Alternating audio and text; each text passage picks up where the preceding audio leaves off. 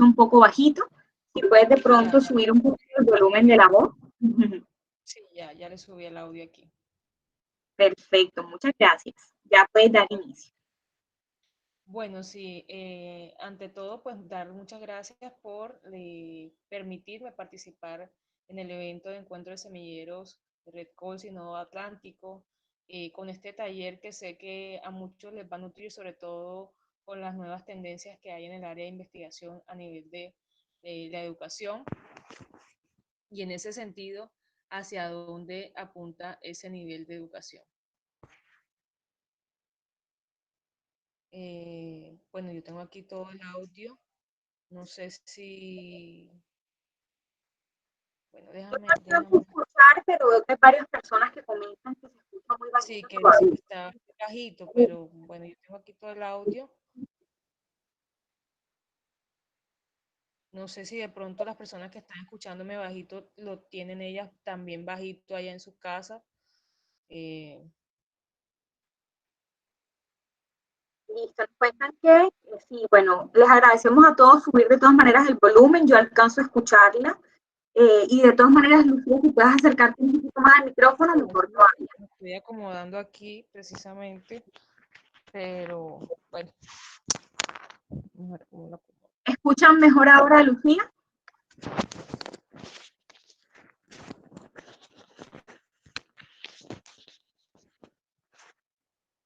Bien, entonces ahí yo...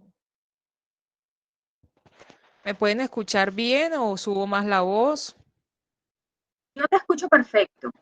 Ok, A mí me listo. están Ahora diciendo sí. que sí. Bien, creo que ya modulamos todo esto, excelente, ya ahora sí vamos a arrancar. Bien, entonces, como les estaba comentando, la educación inclusiva es la tendencia a donde se va a moldear la educación en Colombia, sobre todo en las aulas de primaria y secundaria. Y por eso, de alguna forma, los licenciados y todos los que estamos en el campo de la educación y en la formación de la educación, debemos estar eh, debemos ser conocedores, ¿cierto?, de estos procesos de inclusión y cómo se dan. Y también debemos nutrir a nuestros chicos y a las personas que van saliendo en ese área de la investigación y el área de la formación también para una educación inclusiva, porque son lineamientos que vienen no solamente a nivel nacional, sino también a nivel internacional, desde las Naciones Unidas y de la ONU, buscando una sostenibilidad de la educación y que obviamente se lleve a una economía solidaria en el área educativa. Es decir, que se forme una investigación basada en la evidencia y que de alguna forma nos lleve y nos nutra a un mejor proceso de aprendizaje y de enseñanza de las aulas de clases, en los diferentes niveles académicos. Entonces, en ese sentido, hoy vamos a trabajar un poco de todo. Vamos a trabajar en el ámbito escolar, en el ámbito universitario y obviamente también nos vamos a poner un poco la camiseta de las personas que tienen una condición de discapacidad. En ese sentido, en Colombia se hablan unas perspectivas muy puntuales y son los temas que vamos a trabajar hoy. Y son empezando por un estudio que se hizo sobre las tendencias investigativas del educador especial en la Universidad del Atlántico. Es un estudio que empieza en el 2013, pero que nuevamente se retoma con mayor fuerza en el 2019-2, dando unos resultados que ahorita vamos a conversar sobre hacia dónde y qué es lo que más se está estudiando en educación especial, cuál es la investigación, hacia dónde apunta, y esa investigación se nos lleva realmente a tener nuevas ideas y propuestas para el desarrollo y el conocimiento y el trabajo con personas con cualquier condición de discapacidad, bien sea psicosocial o bien sea una discapacidad intelectual o un trastorno de neurodesarrollo. Otro de los aspectos que vamos a tratar es el decreto 1421 del 2017, decreto que nos permite actualizarnos sobre cuáles son las herramientas pedagógicas, cómo va a ser ese proceso de una educación inclusiva en Colombia y hacia dónde apunta el nuevo trabajo en el aula de clase. Vamos a mirar también, vamos a recordar algunos tipos de discapacidad más relevantes con los cuales nos vamos a encontrar en el aula de clase y vamos a hablar en sí qué es la educación inclusiva, También trabajaremos lo que plantea el Ministerio de Educación y que también se ha utilizado en otras aulas a nivel internacional, como lo que es el Diseño Universal de Aprendizaje, el PIAR, que es el Plan de Ajuste, Plan Individualizado de Ajustes Razonables, que nos permite tener esa herramienta para poder hacer una adecuación curricular. Y finalmente vamos a hablar de una propuesta que se hizo también sobre cuáles son los factores más relevantes para tener en cuenta con una persona con discapacidad visual. Pero igualmente, así como se manifiesta aquí, también hay otros aspectos que se van a mirar o que se deben mirar cuando se trabajan diferentes discapacidades o personas con discapacidad. Bien, antes de empezar a trabajar teóricamente, me gustaría que nos pusiéramos en el zapato de un caso en particular que les quiero mostrar a través de un video, donde no demora más de 7 minutos, donde podrán de pronto mirar qué es lo que pasa en la mente de esas personas con una discapacidad motriz, con una discapacidad mental. Entonces, hasta dónde pueden llegar a nutrir esa minusvalía que tienen, o de alguna forma esa condición que tienen, que puede ser de nacimiento o puede ser adquirida por algún accidente o situación. Entonces, los miedos, las preguntas, la aceptación, la solidaridad, ahí vamos a verlo reflejado en este cortico video. Entonces, los voy a compartir.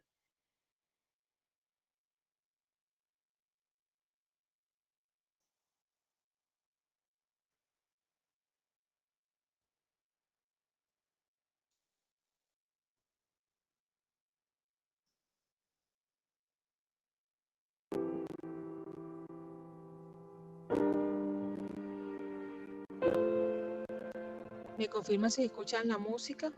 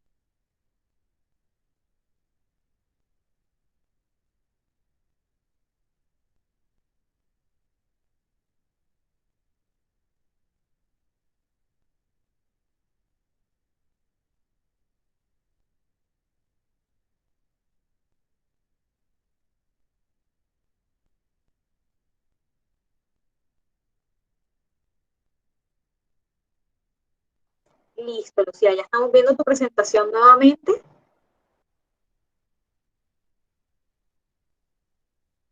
Vamos. Sí, profesora, ahí se ve en la pantalla.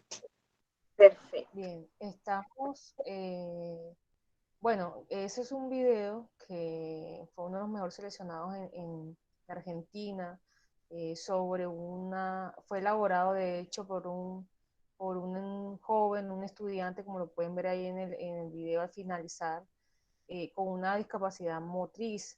Entonces, a nivel intelectual no tenía ninguna condición de discapacidad ni ninguna problemática, pero su condición física y motora estaba bastante limitada. Entonces, por esa razón, de alguna forma, eh, vemos que la inclusión de estas personas, o mientras más se haga más temprano, logramos la posibilidad de que se pueda desarrollar de manera asertiva, que genere otras habilidades sociales y que se pueda de alguna forma mejorar su calidad de vida y sus relaciones con otros niños. Ahora, también vemos que el estar el utilizar aulas inclusivas con esta clase de niños, y no con esta condición, sino con otras condiciones diferentes, le da ese conocimiento básico que tiene el niño desde pequeño de poder generar conductas solidarias, conductas prosociales, conductas de apoyo, de ayuda, de democracia, de sensibilizarlos de que hay diferentes condiciones, no solamente por una limitante, sino también por el color, la raza, la condición social. Entonces, en otros estudios que se han hecho a nivel internacional, encontramos que muchas veces eh, asocian los niños desde pequeños por lo que escuchan o porque sus padres de pronto lo manifiestan inconscientemente o porque el común de la sociedad lo estigmatiza. Comparan, por ejemplo, que una persona con una raza particular, étnica, bien sea un indígena, ¿cierto? Lo pueden llegar a asociar con una persona pobre. Entonces, no es así, simplemente que su condición y su forma de vivir y su forma de relacionarse en la vida es totalmente diferente al modelo occidental que tenemos. Entonces, todas esas cosas de entender y comprender y de aceptar la diferencia de las personas se cultiva desde la base, es decir, desde los primeros años de la vida. Y eso en acopio con escuelas de padres que se debe hacer también para poder modificar esa clase de conductas sociales, llevando unas conductas prosociales y menos violentas como las que vemos hoy en día. En ese sentido, entonces, eh, encontramos entonces dentro de las tendencias que se van o se llevan la educación especial, que es como la carrera que busca integrar de alguna forma esos procesos dentro del aula de clase y gestionar cómo se debe la inclusión en el aula de clase para las demás eh, áreas del conocimiento, ¿cierto? Vemos que en eso, en el área en particular, se estudian diferentes líneas de investigación, primando lo que es primero la educación inclusiva, como segundo tenemos la diversidad, es decir, mirar la diversidad que puede tener, se puede encontrar en el aula de clase, y tercero, cómo se dan esos procesos de enseñanza-aprendizaje.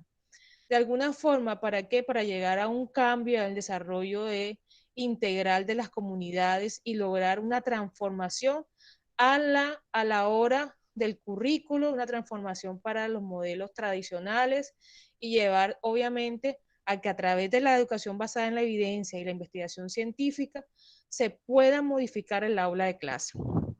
En ese sentido, hablamos que los semilleros que se construyen dentro de las universidades, que trabajen netamente con la educación o que se planteen cambios y transformaciones sociales que se nutren en la educación, que es el pilar social para la transformación social de alguna forma, deben estar guiados por algunos procesos como la pedagogía y la didáctica, las TIC, que es también una de las cosas que hoy en día y en estos momentos de pandemia estamos como utilizándolo con mayor fuerza, la lúdica, las ciencias y el lenguaje, la neurología. Entonces, son aspectos que se tienen que tener en cuenta y que se tienen que seguir profundizando. Si bien es cierto, en particular en la Universidad del Atlántico, que se ha venido como mirando hacia dónde apunta esas tendencias investigativas del educador especial, dentro de su proceso de evaluación encontramos que en el programa de licenciatura en educación especial mayormente se estudian o se trabaja la educación, la investigación con un enfoque cualitativo, dándole menos peso al trabajo con investigaciones de tipo cuantitativas o mixtas, que son como aquellos que nos permiten tener en el caso de la investigación mixta, nos permiten tener una mayor visión del contexto de manera particular, de casos muy particulares a través de la investigación-acción, pero también de casos máximos donde podemos abordar diferentes problemáticas del objeto de estudio a mayor escala, dando una mejor visión de todo el fenómeno como tal de la investigación que estaremos manejando. Entonces, se sugiere pues de alguna forma que para que la educación avance, no solamente nos quedemos con lo cualificable, es decir, que no solamente miremos al objeto, al sujeto de estudio, es decir, que al niño, a los padres, a la escuela, sino también mirar todo el enfoque global, es decir, a mayor escala, cuál es la problemática que se está dando con pesos reales, de porcentajes reales, y después sí trabajar por poblaciones pequeñas, aspectos muy relevantes. Por eso la investigación mixta es una de las que nos permiten poder buscar transformaciones sociales a través del paradigma sociocrítico, que es lo que deseamos a través de la educación y obviamente del educador especial. Por otro lado, vemos que hay un sinnúmero de diferentes trastornos, discapacidades y problemas que se pueden dar en el aula de clase o trastornos de neurodesarrollo que se pueden dar y que se están estudiando hoy en día en las tesis de trabajo de grado, donde vemos monografías tendientes hacia diferentes trastornos, pero donde vemos más marcado o donde mayormente estudian o trabajan o que aplican un diagnóstico escolar. Al aplicarlo, ven que encontramos mayormente, como lo vemos en la gráfica, mayor discapacidad intelectual y discapacidad generalizada, es decir, que tienen de alguna forma varios contextos. ¿Qué vemos menormente? Menormente encontramos estudios que tengan que ver con nuestra edad, es decir, niños con diferentes condiciones sociales que por algún problema, bien sea cognitivo o porque de alguna forma tiene un problema social económico, ¿cierto? Y no ha podido ingresar adecuadamente o no tiene una buena adecuación en acompañamiento curricular o refuerzo en la casa o en el colegio, una integralidad entre dos aspectos y entonces por alguna forma por eso no está ni en el año ni en la edad correcta en el que debería estar cursando su escolaridad. Entonces son personas con nuestra edad, es decir, un niño que tiene 15 años pero apenas está en primero de primaria. Y no necesariamente es porque tenga una discapacidad intelectual, porque puede ser por algunas otras condiciones psicosociales o sociales o económicas. Entonces, esos estudios también deberíamos ampliarlos. Capacidades excepcionales, o sea, no nos podemos enfocar solamente en lo negativo, sino todo lo que puede ser para el mejoramiento y la excelencia académica que de alguna forma dan la base de ahí para ese aspecto. Otra de las cosas que también se debe trabajar son la discapacidad psicosocial, es decir, eh, reconocer que un niño depresivo no te va a dar respuesta de la misma manera, un niño ansioso, un niño maltratado, un niño con un trastorno de personalidad, tampoco, un trastorno negativista desafiante, tiene otras connotaciones psicológicas que también incurren tanto en la comunidad como en el ambiente del trabajo. Entonces, son diferentes tipos de discapacidad psicológicas, sociales y físicas que impiden que la armonía de un trabajo en el aula sea adecuado. Entonces, podemos tener un aula con 40 niños en los cuales podemos tener niños aparentemente regulares, pero tienen una discapacidad psicosocial. o son de extra edad, o son excepcionales. O sea, la nueva ley hace eso, hace que dentro de un aula de 40 estudiantes podamos encontrar toda esta clase de problemas, pero también niños que no tienen ninguna condición de las que estoy explicando. Bien, entonces esa tendencia va que para el 2019 encontramos estudios en todas estas áreas, de alguna forma más marcado vemos de manera transversal que se ve mayormente lo que es la discapacidad intelectual, vemos mayormente de alguna forma que también inicialmente teníamos trastornos generalizados y que se mantiene durante todo el proceso del 2013 al 2019, el estudio de esa clase de problemáticas.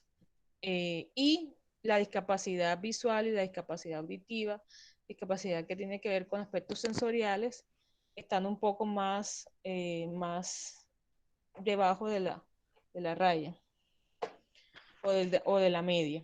Bien, entonces esas tendencias buscan, ¿qué buscan? Primero, se debe enfocar, realizar estudios basados en la evidencia y aplicados a estrategias pedagógicas que sean más inclusivas. Es decir, no solo quedarnos con generar un diagnóstico de la problemática y de las dificultades que pueden tener académicas estos chicos o casos que se vean dentro de esa monografía de trabajo de grado o esa investigación que se haga, sino también qué propuestas se pueden dar para mejorar esa educación y que pueda ser una herramienta que pueda tener cualquier licenciado, es decir, el educador especial dé las herramientas y las pautas para que, por ejemplo, un profesor de matemáticas, un profesor de inglés, un profesor de español, pueda tener esa herramienta para poder adecuar su currículo y que todos los trabajen a la par la misma temática. Otra de las cosas también importantes que se también trabaja en lo que son la deserción escolar, los grupos étnicos, las víctimas del conflicto armado, que también son personas que tienen una condición de discapacidad psicosocial que también puede afectar el desarrollo correcto de sus aprendizajes en los niños y en los adolescentes, sobre todo por todo este estrés, conflicto interno y externo y condición psicosocial que puedan estar pasando por esa connotación. Entonces, todas estas cosas también de alguna forma se debe trabajar en el aula de clase. Y como tercero, aplicar metodologías que sean basadas a lo que inicialmente decía, modelos cuantitativos y modelos mixtos. Bien. En ese sentido, ¿qué pasa? Colombia dice, bueno, hay unas leyes, hay unos decretos para garantizar la educación para todos, es un derecho constitucional, es un derecho internacional, todas las personas tienen derecho a eso. Entonces, en ese sentido, ¿cierto? El ministerio de alguna forma trabaja estos aspectos y en el 2017, en el 2017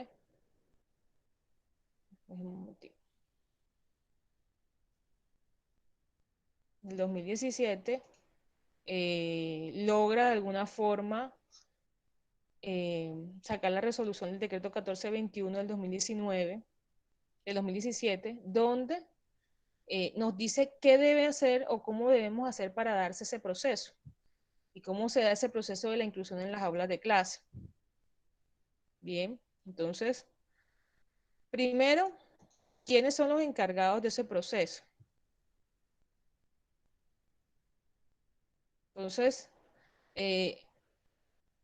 los encargados de garantizar ese proceso de alguna forma son la Secretaría de Educación, las entidades territoriales, y con qué, con el recurso obviamente del CIMAD y la disponibilidad presupuestal que tenga cada una de las regiones y cada uno de los municipios, ¿cierto? Departamentos y demás, para poder garantizar que se dé un entrenamiento a los educadores sobre lo que es el PIAR, sobre lo que es el diseño universal de aprendizaje, cómo llevar a a la inclusión, cómo llevar a un mejoramiento de la educación buscando una calidad académica, qué condiciones deben tener para una igualdad entre los diferentes actores dentro de una comunidad educativa y de alguna forma buscar también, ¿cierto?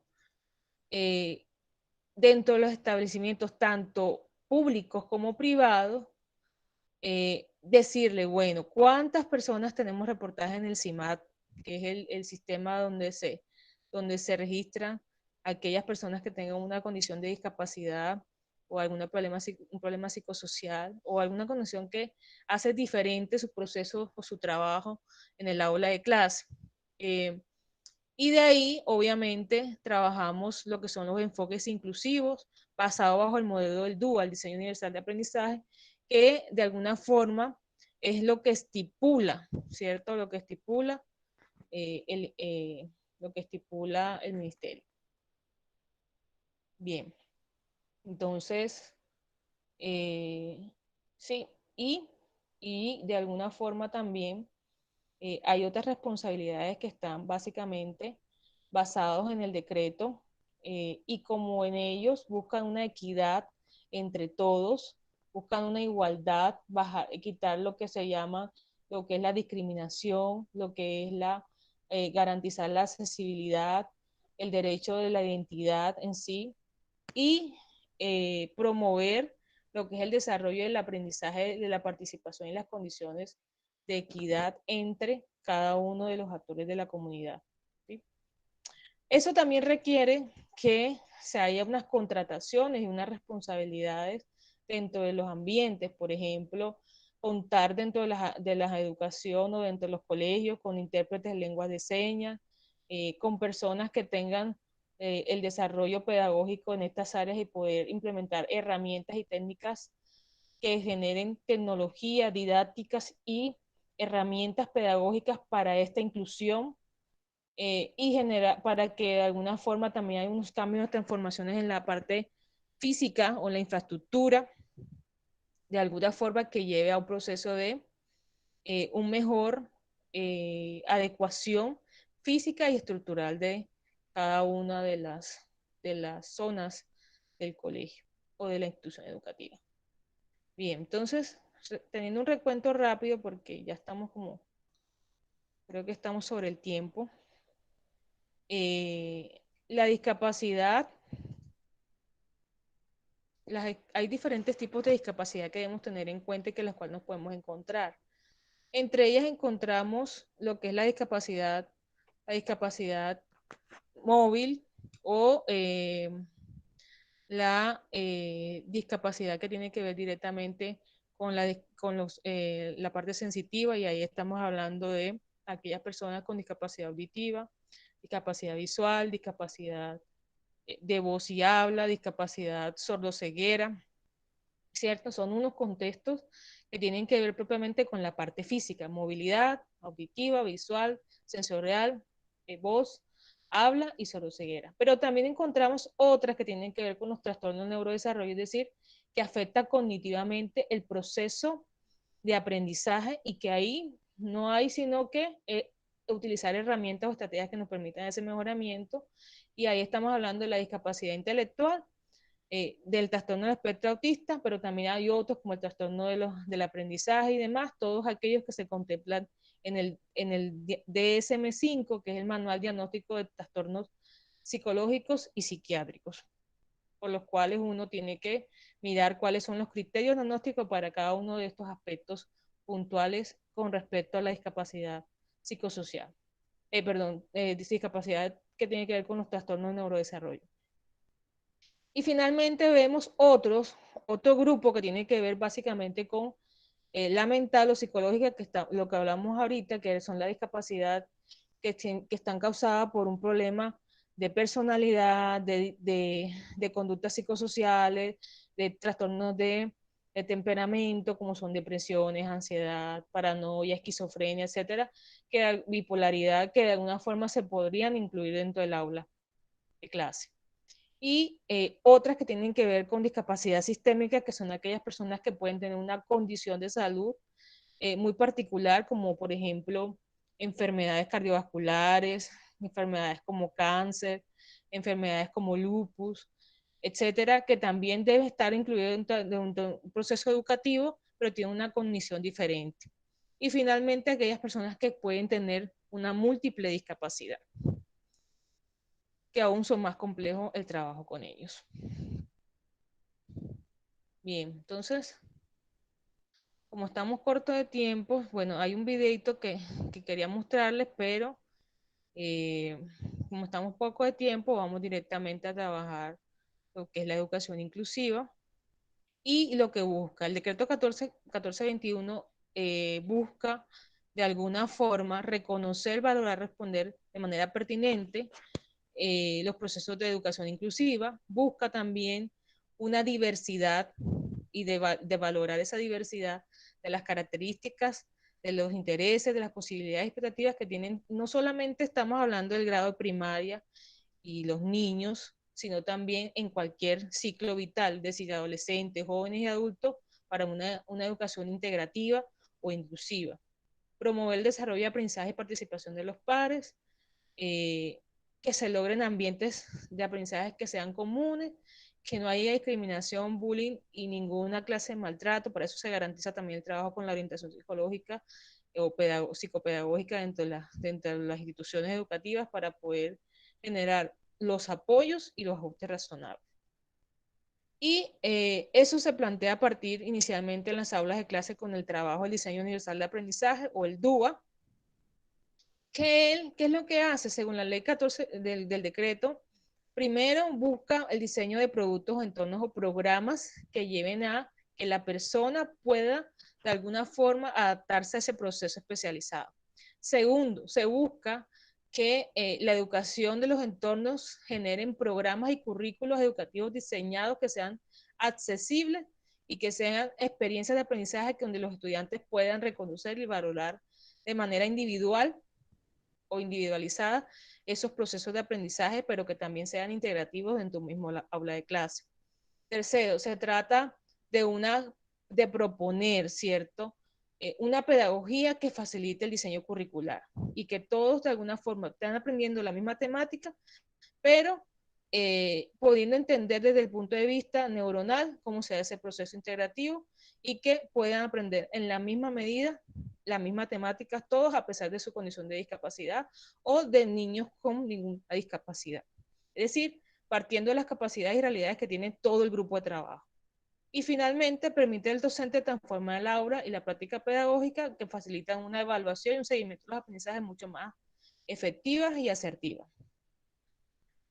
¿Bajo qué principios trabaja el DUA?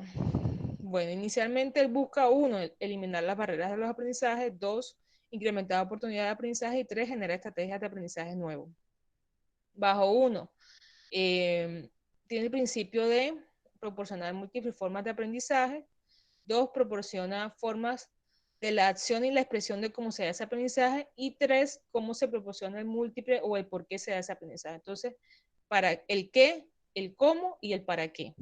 Y es lo que se tiene que dar dentro de la consecución de cada una de las temáticas y áreas en el trabajo de clase. De tal manera de que esas pautas estén ligadas bajo ese modelo.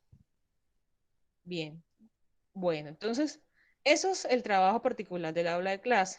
Pero, ¿cómo hago yo para saber si mi niño o el niño que me está repitiendo o no me está entendiendo la clase o yo veo que va a perder el primer seguimiento de la clase o de la temática que estamos trabajando, va muy, muy por debajo de lo que los demás están?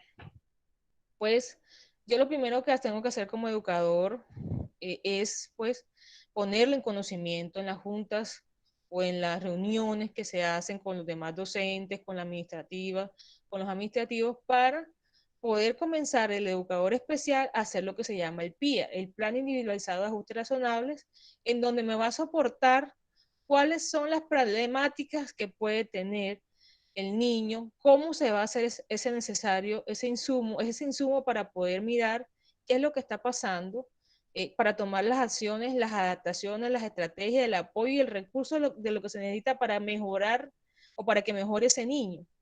Si no, entonces yo simplemente no voy a tener. Entonces, este es como lo que se llama una historia clínica pedagógica, ¿sí? O un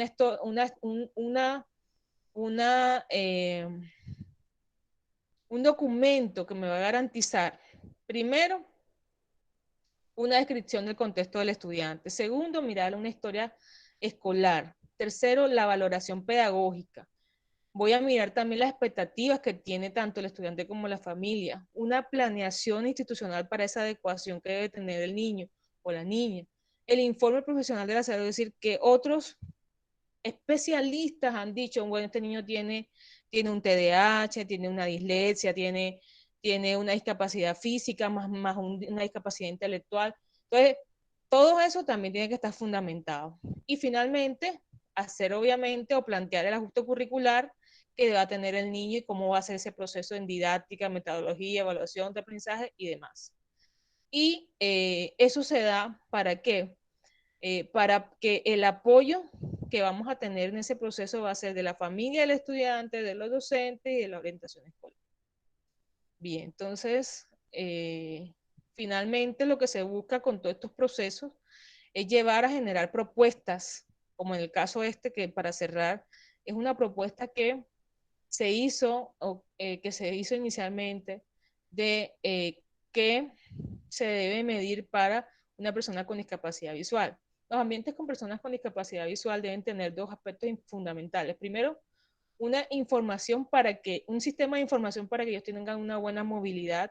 Y segundo, tener la accesibilidad a los espacios y a los ambientes para que puedan garantizar su seguridad.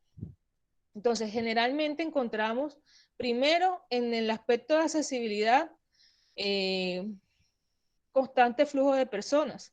Y a veces eso puede obstaculizar esa accesibilidad. También podemos encontrar árboles sin encierros o bordes, de tal manera que pueden generarle accidentes o desubicación. En cuestiones de movilidad también podemos encontrar en una institución que haya escalones con desniveles y despisos, con motos estacionadas en pasillos, canecas sin una ubicación adecuada y presencia de animales en diversos espacios. Esos son aspectos que se tienen que reorganizar cuando tenemos en nuestra institución personas con discapacidad visual. Otra de las cosas importantes de esto también es que las señalizaciones de algunas oficinas, baños, ascensores, ¿sí? Deben tener las demarcaciones adecuadas del braille. Debe contarse con un sistema de información para la accesibilidad y movilidad de las personas con discapacidad en las instituciones. Es decir, forma de que los pisos tengan una manera de que ellos puedan identificar hacia dónde debe dirigirse para poder dar como una ubicación geográfica mental que ellos hacen de la zona donde ellos estén o vayan a estar. Entonces, estos sistemas de información se deben guiar bajo, uno, buscar una señalética que tenga que ver esa accesibilidad para los altos relieves que necesitan estas personas con discapacidad visual y el sistema de braille implementado en las zonas comunes donde puedan estar. Que los pisos tengan podos táctiles de tal manera que ellos puedan hacerlo con sus bastones guías y generar advertencia en los niveles de los pisos, pasamanos adecuados para también poder guiarse y finalmente tener como aquellos accionadores de botones de los ascensores para que ellos puedan también guiarse en ese proceso.